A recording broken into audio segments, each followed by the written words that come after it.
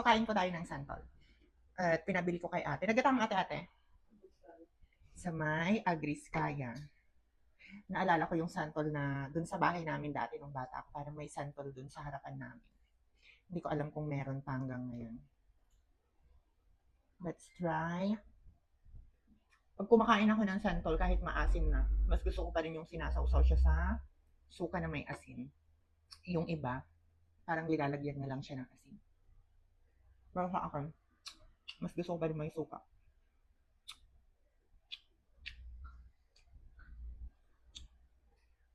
Nasamitsu na ah. Basang lasag.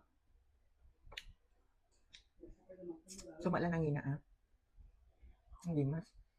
Nagkuating agpababati ko ate. Iti ko ah. Wala siya ah. Harap. Hindi siya maasim.